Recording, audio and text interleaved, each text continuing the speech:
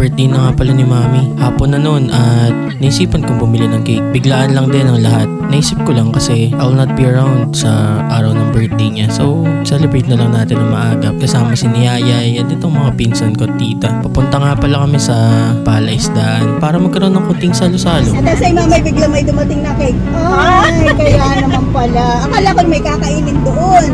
Kaya sabi ko, hindi gusto mong pagkonsulta mo, nandiyan na lang ang ating hahapunanin at taring cake, kakainin. Huwag na, mamaya na. Sabi ko, parang ayaw yata. Kung alam niyo lang, sobrang bait ni Mami. Kahit alam ko nahihirapan siya, binibigyan niya pa din ako ng oras para intindihin ako. Grabe.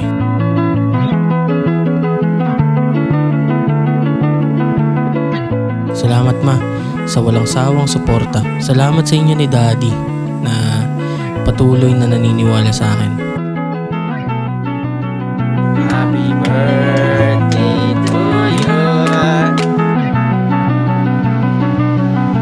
Happy birthday ma. I love you. Mahal ko kayo ni Daddy.